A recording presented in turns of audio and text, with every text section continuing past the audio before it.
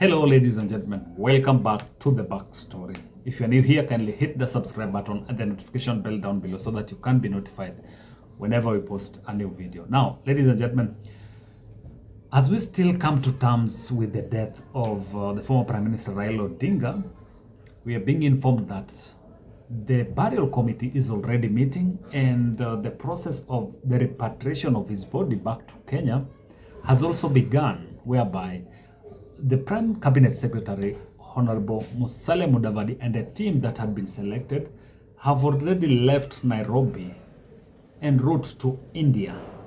We're being informed that they will arrive in India at 2 a.m. Kenyan time, and immediately they'll start the process of repatriating the body back into the country. We still don't know at what time the body will arrive in the country, but we'll keep you guys informed. That now there's something that has been disturbing so many Kenyans about this death of the former Prime Minister Raila Odinga, and that question has been what killed the former Prime Minister Raila Odinga. Even though there have been a lot of speculations here and there, and there's even a video that has been circulating online or on social media platforms showing him walking around the hospital, and we're not shown at what point he collapsed, because we're being told that he collapsed while he was doing his routine morning walk. But now we have a video of the doctor who attended to the former Prime Minister, the last doctor who attended to him, and he is given some information about what happened or what the former Prime Minister was suffering from. Mr. Raila Amlo, 80 years old, former Kenyan Prime Minister, was brought to our emergency medicine today morning at 8:20 a.m. with a history of sudden collapse during his morning walk at Sritariyam, which is a Ayurvedic hospital close to our place. Then itself, they had started CPR, that is cardiorespiratory resuscitation, and he was brought with a CPR, active CPR. His doctor and security were with him, and we continued CPR and did emergency intubation, that is putting a tube in the respiratory system, trachea, and continued CPR along with other resuscitative measures. Initially, there was no pulse or BP recordable, even palpation-wise. So after doing intubation with continued CPR, we shifted the patient to our ICU with all the staff and the facilities. In ICU, after some time, we could get some rhythm.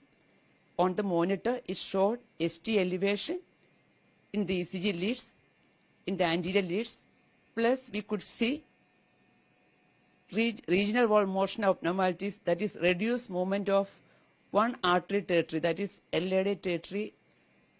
There was hypokinesia. This means there is less movement in that area.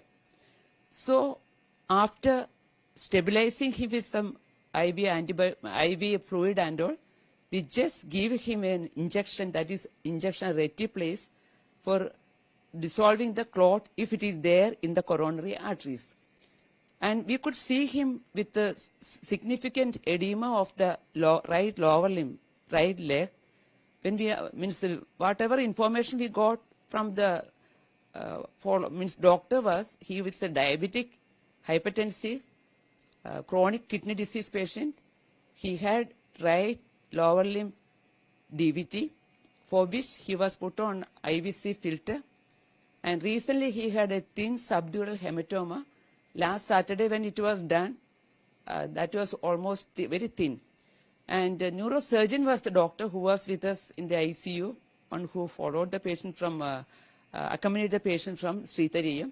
So after discussing with him, we went ahead with the thrombolysis with the injection reticulates. Even we continued CPR, that is from 8 o'clock in Sritariyam till 9:52 in our ICU. With all other ACLS criteria, we continued CPR in spite of our very sincere, very continued CPR and other measures, we couldn't make him survive. So we are very sorry to inform that he is no more with us, and our very sincere condolence and prayers for his family and for the Kenyan people. That's what happened. Yes, ladies and gentlemen, that is the doctor that attended to the former Prime Minister before he passed on.